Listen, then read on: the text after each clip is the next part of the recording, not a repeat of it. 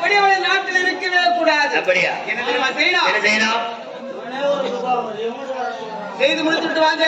தங்க சித்தமே பாக்கியம். வைக்கிறேன். பாருங்க, என் வீட்டுக்கு சொன்ன மாதிரி வேலை கட்சிமா செய்து முடிச்சுட்டு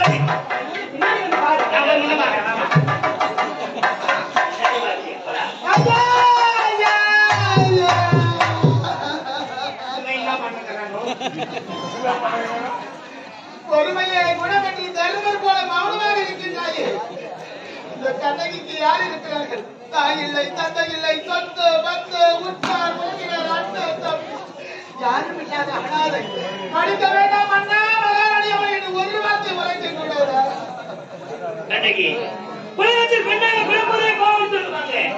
அப்படி பிறந்து விட்டால் தாய் தந்தை இல்லாமல் அந்த சமுதாயத்தில் வளர்வது என்பது மிகப்பெரிய தகுதி சொல்வார்கள். நீ அவருக்கு வரலை, உனக்காக பரிந்து பேசியிருப்பேன்.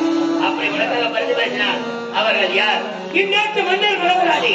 நான் சாதாரண பொறுப்படை செலவை செயலாற்றி இந்த உலகத்திலே உன்னை போன்ற பாவப்பட்ட சிற்ப யாருமே கிடையாது.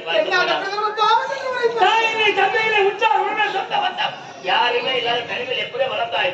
வளர்ந்து நினைத்த வாழ்க்கை தக்க வைத்துக் கொள்ள முடியாமல் இந்நாட்டில் அவர்களை காதலித்தாய்.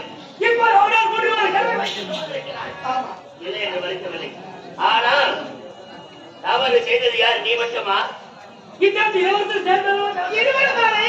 இருவர் செய்த தவறுக்கு தண்டனை உனக்கு வந்து கொடுப்பது எந்த வயசில் நலமாகும்? பணம் இருக்கிறது, பணம் இருக்கிறது, அந்தஸ்து இருக்கிறது, கனவு இருக்கிறது. அந்த என்ற ஆணவம் பிச்சைக்காரிதானே, வேலைக்காரிதானே. அடித்தாலும் வைத்தாலும் நீ கவலைப்படாதே. உனக்கு நீ நான் இருக்கிறேன். அப்படியா? நான் இருக்கிறேன். எனக்கு அது போதும். இந்த அனாதைக்கு அடைக்கலத்தை கொடுக்க வேண்டும் என்று மனது இருக்கிறது. அது போதும் எனக்கு. அந்த மனதை என்னிடம் இருப்பதால் தான் நான் இப்படி இருக்கிறேன். உனக்காக நான் பரிந்து பேசுகிறேன். இப்போதல்ல, கால நேரம் வரும்பொழுது. ஆனால் நான் உனக்காக பரிந்து பேச வேண்டும் என்றால் நான் சொல்லும் பிரகாரம் நீ செய்ய வேண்டும். எனக்கு ஒன்று புரியவில்லைங்க. நீ நல்ல முறையில் பூமியில் வாழ வேண்டும். வாழ வேண்டும். இந்த கருவாடு இந்த பூமியில் சொல்ல வேண்டும். ஆமா. இந்த குழந்தை நல்ல முறையில் கிடைக்க வேண்டும் என்றால் உன்னை நான் எப்போது உண்மையாளர்களை பார்த்தேனோ பார்த்தாயோ அப்போது இருந்த உன் வாழ்ந்த உன்னோதான் இல்லாவிட்டால் அந்த முன்னோரை முடிவு செய்தேன். கற்பனை போல கட்டி வச்சிருக்கிறேன்.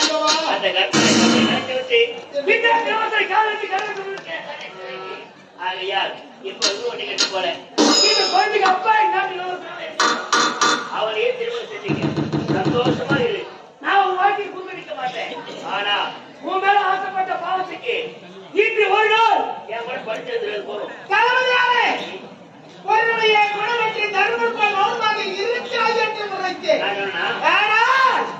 கொடிய துரிய தம்பி துச்சாரம் போல் மாறிவிட்டாயே. முறையா? சரியா? நான் இப்பொழுது எந்த நிலையில் இருக்கிறேன்? 3 மாத கர்ப்பமாக இருக்கிறேன். கட்டி பிடித்து முத்தத்தை கொடுக்க வேண்டும் என்று உரைத்தாயே.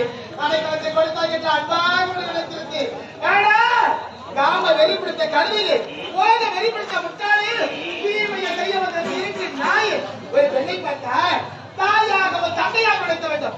காரணமாக நினைக்கிறாயே தெரிஞ்சவங்க ஒரு பைத்தியக்காரி. அப்போ எனக்கு தாரமா வரப்போறோம் யாருடி? அக்கா தங்கச்சி தவிர நாசப்பட்டார் மணர் எப்படி தான் போனோம். நீ மனித பிறவி அல்ல. அதை தாண்டி படு மோசமானவன்.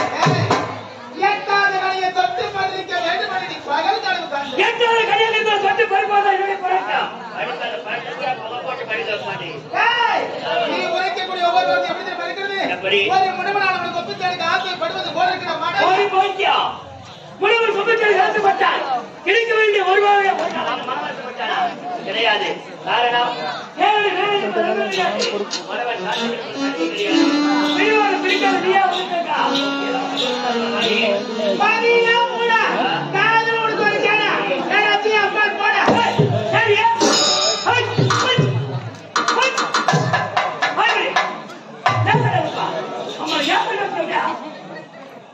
இவன் பாரு 10 கொள்ள வாங்கி இவன் நல்லவா?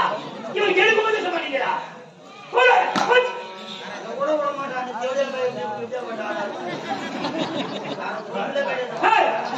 என்ன கேட்டாப்பா?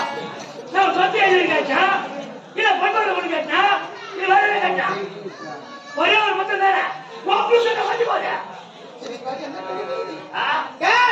இதுல கடிவு வைக்கிற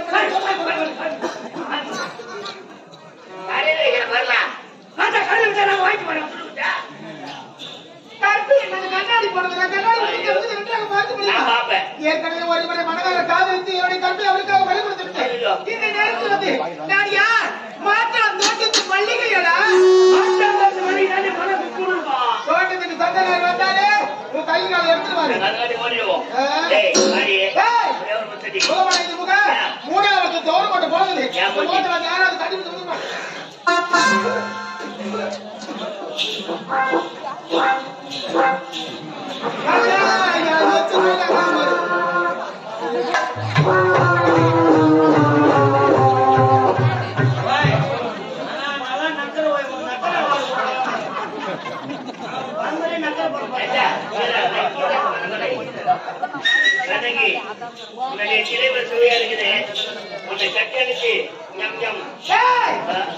உயிர் உள்ளவரை அது மட்டும்